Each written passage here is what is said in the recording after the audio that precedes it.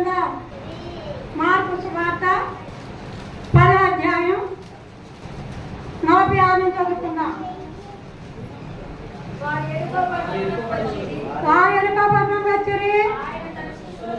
ఆయన తన శిష్యులతోనూ బహుజన సమూహంతోనూ ఎరుకో నుండి బయలుదేరి వచ్చుచుండగా ఏమాయి కుమారుడైన భక్తమైన బుద్ధి శిక్షకుడు త్రాగులక్కన కూర్చున్నాను. ఈయన నగరాన్ని ఏడ్చు అని వాడేమన్నాడని ఏడ్చు అని విని దావీదు కుమారుడా ఏడ్చు నన్ను కరుణించమని కేకలు వేయ మొదలు పెట్టాను. కోరుకుంటామని అనేకుల వాళ్ళు వాడు దావీదు కుమారుడు నన్ను కరుణించమని మరి ఎక్కువగా కేకలేశాడు. అప్పుడు ఏడ్చు నిలిచి వాడిని పిలిచి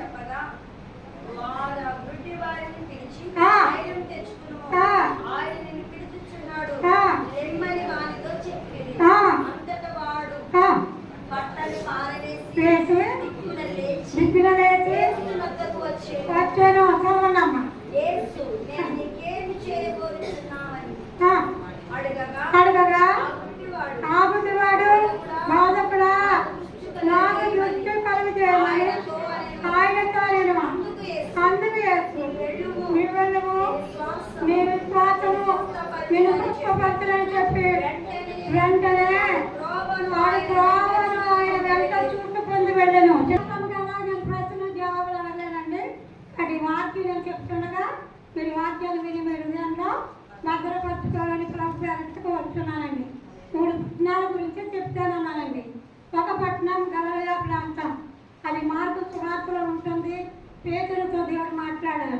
రెండో పట్టణం సమరయ పట్టణం, అది సమరయ స్త్రీతో దేవుడు పాపి అయిన స్త్రీతో మాట్లాడాలండి. ఇది ఎరుకో పట్టణం అండి. ఎరుకో పట్టణంలో గుడ్డివారితో మాట్లాడాలి. ఎందుకనగా వాక్యాలు చదివిస్తే మీకు ఆలస్యం అవుతుందని మాటలో చెప్పానమాట. మార్కు సువార్త 1:18 చదివితే అక్కడ ఉంటే 15 నుంచి చదువుతుంటుంది. ఎవరి గురించి అంటే పేతురు గారి గురించి. హల్లెలూయా. తర్వాత సమరయ మరి యోహాను సువార్త 4 అధ్యాయాలు చదివితే సమరయ స్త్రీ గురించి ఉంటుందండి. హల్లెలూయా. హల్లెలూయా. మనకు కూడా చదువుకున్న పట్టణం పేరు ఏం పేరండి? పేరు పట్టణం అండి. ఎరుకో పట్టణం. అది 3 పట్టణాలు ఎలాంటి పట్టణాలు అంటే ఎరుకో పట్టణం అనగా లోకం పాపం, సమరయ పట్టణం అనగా అంటరాని జనం, గలిలయ ప్రాంతం అనగా చీకటి గల స్థలం. మీరు విడిచిపెట్టి నా దగ్గరికి రండి. మీరు విడిచిపెట్టి నా దగ్గరికి వచ్చి మొరపెడితే మీకు ఏది ఇష్టమో అడగండి, నేను మీకు ఇస్తానన్నారు. విడిచిపెట్టినంత సేపు కూడా మనం ఎంత మొరపెట్టినా, ఎన్ని ఉపవాసాలు చేసినా, ఎంత కన్నీరు కార్చినా, ఎన్ని యాగాలు చేసినా, ఎన్ని కానుకలు ఇచ్చినా, ఎన్ని మొక్కుబడులు చెల్లించినా, ఏమేమి చేసినా కానీ మనం ఏ మేలును పొందలేమని ప్రభువు మన మీద జాలిపడి కనికరపడి ప్రేమిస్తూ ఆయన మనతో మాట్లాడుతున్నారు. ఏమనంటే ఈ గుడ్డివాడంటండి దారి ప్రక్కన కూర్చున్నాడంట. ఏ దారి పక్కనే? ఊరిలో దారి పక్కన కూర్చున్నాడంట. యేసయ్య సువార్త ప్రకటిస్తా వెళ్తున్నారంట.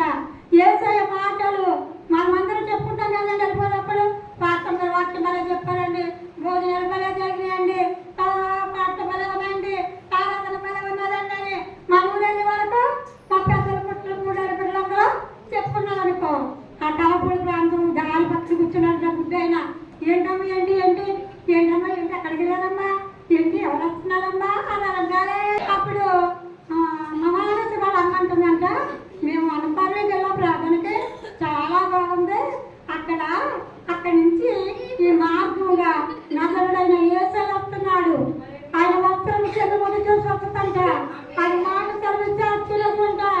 ఆయన మనల్ని చాటు చేయని గొప్ప కార్యాలు జరుగుతాయంట. ఆయన చాటు చేయని అద్భుత కార్యాలు జరుగుతాయంట.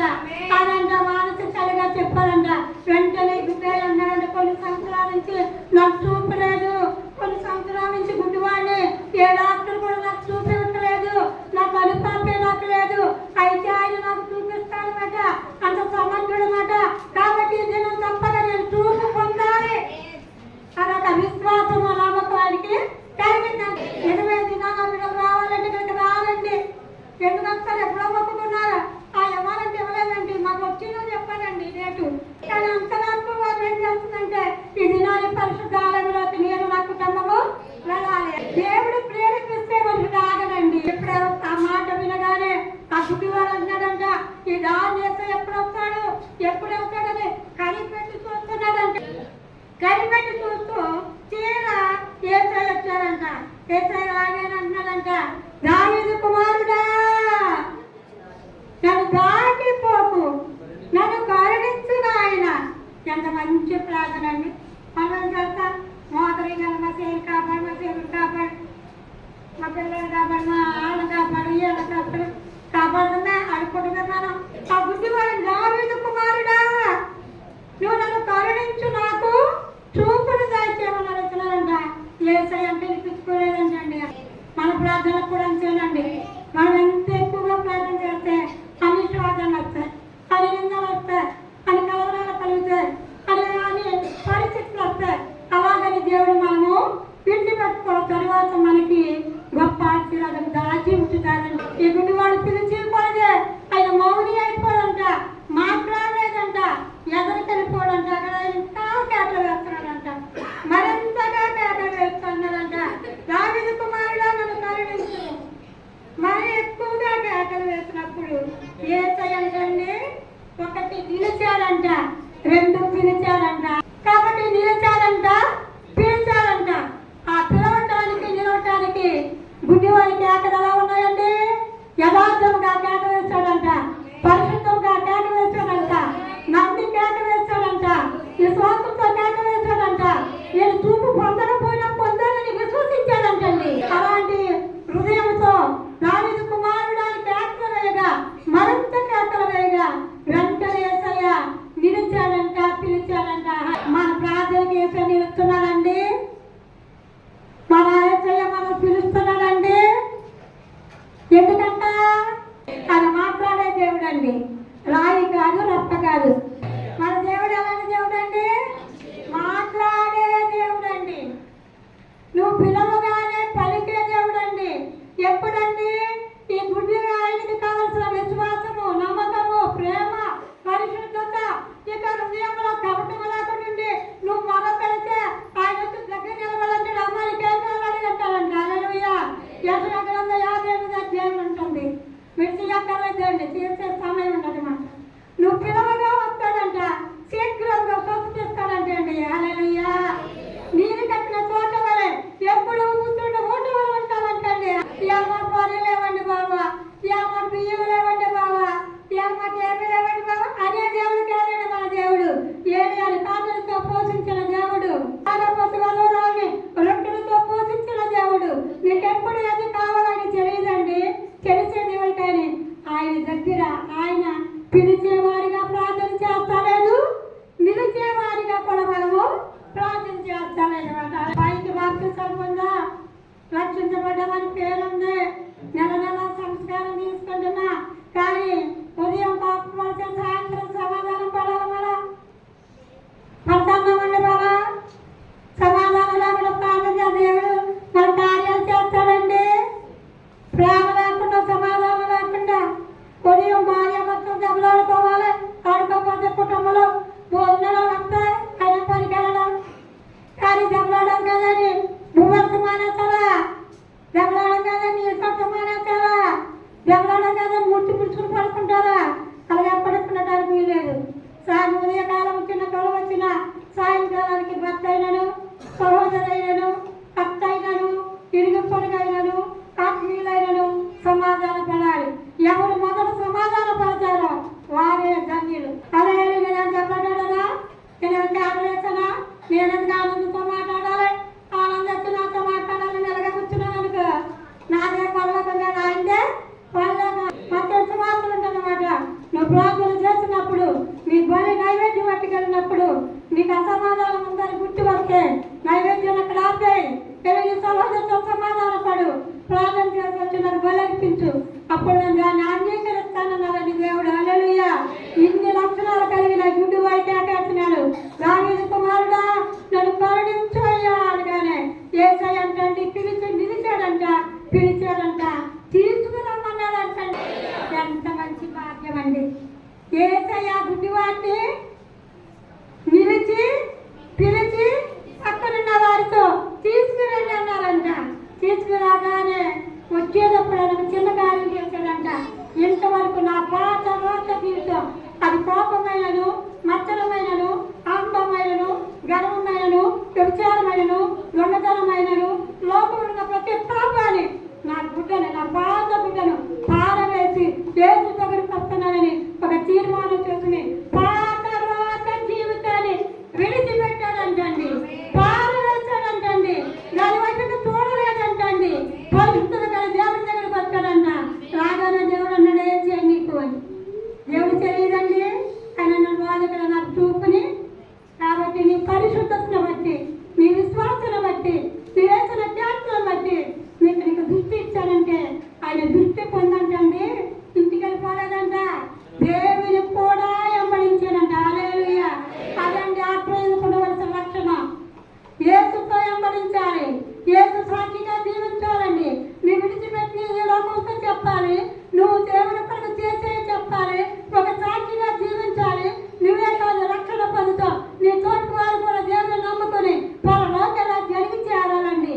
అది దాంట్లో ఉన్న మన ప్రియులారా, దేవుని పిల్లలని చెప్పుకున్న నేనైనాను, మనమైనాను. ఏది మనలో ఉన్నది? ధనాపేక్షంగా విడిచిపెట్టలేకపోతున్నావా? మోహమా విడిచిపెట్టలేకపోతున్నావా? అబద్ధాలా విడిచిపెట్టలేకపోతున్నావా? మన పాత్రలంత జీవితం ఏది విడిచిపెట్టలేకపోతున్నాం. విడిచిపెట్టనంత సేపు స్వస్థత పొందలేమండి, విడిచిపెట్టినంత సేపు ఆశీర్వాదం పొందలేమండి, విడిచిపెట్టినంత సేపు మన మేలు చూడలేమండి. ఎప్పుడైతే విడిచిపెట్టి ఏ సైతం వెంబడిస్తామో, పూర్ణతో, పూర్ణాత్మతో, పూర్ణ మనసుతో ఆ దేవుని ఆరాధిస్తామో, నువ్వు అడగక మునిపే నీ ఎక్కడ అడిగిన దేవుడు నువ్వు ముందుంటే నీ ఎదటి దీవెనలో నేను ఇంటికి వస్తాయండి. ఆయన పిల్లగాని విని వచ్చి ఆయన చెప్పే నడిస్తే మనకి ఏది పొందబడదండి. హల్లెలూయా. ఏమి కావాలి అడగండి, దేవుడు ఇస్తాడు. 52 రోజులు వస్తాం, వ్యాధి తగ్గలేదంటాం. 2 రోజులు వస్తాం, అప్పుల్లో ఉన్నామంటాం. 2 రోజులు వస్తాం, అసలు ఆయన తగిన విధంగా నడవండి. రోగాలు రావాలనుకున్నారు వేసండి అనుకుంటే కదా, లాభాలు వస్తాయండి, పునర్రోగాలు కూడా వస్తాయి. కానీ లోకస్తులకి ధనం ఖర్చు అవుతుంది, దేవుని బిడ్డలకి నీచ మందుల కలుగు ఆపదలు ఎన్నో, కానీ వాటన్నిటి నుంచి తప్పించేది నా దేవుడండి. ఎప్పుడు మనం నీచ మందులు ఉంటే హల్లెలూయా. ఇప్పుడు 2 మాటలు చేస్తానండి. కాక గుడ్డి అయినా ఏం పొందాలండి? చూపులు పొందాలి. ఏ చూపు? ఏసును చూసే చూపు, టీవీలు చూసే చూపు కాదండి, సెల్ ఫోన్లు చూసే చూపు కాదండి, పక్క చూపులు చూసే చూపు కాదండి, ధనోదక్కలు చూసే చూపు కాదండి. ఇప్పుడు అమ్మవాళ్ళు అందరినీ కలిసే వచ్చారమ్మా. రోజు 12 మంది శిశువులు ఎత్తుకుని వెళ్ళిపోతారు సంరక్షణ అన్నారంట. ఈ 12 మంది శిశువులు వెళ్ళారంట, ఏసై వెళ్ళారంట. అక్కడ యాకోబు గారు ఎవరంటే బావి. యాకోబు అంటే రాజుల వంశస్థులు అంతేనమ్మా, దావీదు వంశస్థులు, అబ్రాహాము వంశస్థులు. అసలు చేతులు పాలు చెల్లారంట. అక్కడికి ఒక స్త్రీ నీళ్ళు 12 గంటలకు వచ్చిందంట. పాపాత్కున్నారంట. ఏసై కూడా ఉన్నారంటే శిష్యులు, అయ్యా అయ్యా ఆకలేకుండా ఆ పట్టుకెళ్ళి ఆహారం కొనుక్కుంటామంటే ఎలాంటి మీరు వెళ్ళి కొనుక్కున్నాను ఇక్కడ నుంచుంటానన్నారంట. హల్లెలూయా, హల్లెలూయా. వీళ్ళు ఒక స్త్రీ నీళ్ళు 12 గంటలకు వచ్చిందంట. అక్కడ వాళ్ళిద్దరు సంభాషణ ఉంటుందండి. 4 అధ్యాయాలు చదవండి, చదివితే మీకు అర్థమవుతుంది. కాబట్టి అక్కడ ఏసై అన్నాడు, అమ్మ నాకు మంచి నీళ్ళు తల్లి అన్నాడు. అయ్యా మేము సమరయ్యడం, మేమంటదాని వారా, మీరేమో యూదులు, మీకు మాకు సామర్థ్యం ఉండదు, మా నీళ్ళు మీరు తాగకూడదు అన్నారంట. అన్నాడంట, అమ్మ నేను ఇచ్చి నీళ్ళు తాగితే మళ్ళా దాపుకుంటారు, కానీ నేనిచ్చే నీళ్ళు తాగితే మళ్ళన్నిటికీ నీవు దాపుగా ఉంటావంటే అలాంటిది నాకు ఇవ్వండి. ఈ సమయంలో నేను ఇక్కడికి రాకుండా ఉండటానికంటే అన్నాడు, నీ పెళ్లి మిట్టుల్ని తీసుకురా. అయ్యో నాకు పెళ్ళవలేదు కదా, పెళ్ళవలేదా? అయ్యో ఆయన ఇప్పుడు ఉన్నవాడితో 5 పెళ్ళట్లు అన్నారంట. వెంటనే పశ్చాత్తాపడ్డారంట. ఏసై పాదాలు పట్టుకుందంట. నా నిజ జీవితాన్ని, నా పాప జీవితాన్ని తెలియవచ్చిన రక్షక నచ్చయ్యా నీవేనా అని అరిసిందంట, ఏడ్చిందంట, పశ్చాత్తాపడిందంట, పాపాన్ని విడిచిపెట్టిందంట. తన గ్రామానికి వెళ్ళి ఆ ప్రజలకందరికి సాక్షిగా నిలబడి ఆ ప్రాంత ప్రజలందరూ తీసుకొస్తే అంతరాని చలాన్ని కొట్టివేస్తున్నది. అదే దేవుని వాక్యమనే ఆహారం. ఆ వాక్యం ద్వారా ఈ బిడ్డను రక్షించాలంటే ఆ బిడ్డను బట్టి ఆ ప్రాంతం రక్షించబడి